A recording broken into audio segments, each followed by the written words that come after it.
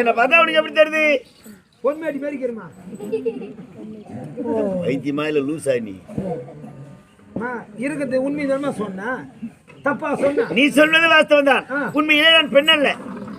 எப்படி? ஆண்டவன் கண்ணனடியே. புரிகிறதா? அர்ஜுனுடைய கர்வத்தை அடக்க வேண்டும் என்று ஆணாகிறது நான் பெண்ணாக ஒரு மாதிரி வந்திருக்கிறேன். மாயமோகினியாக. மாயமோகினி இல்லடா. ஐயோ எப்படிதான் பேசுறியா இதெல்லாம்?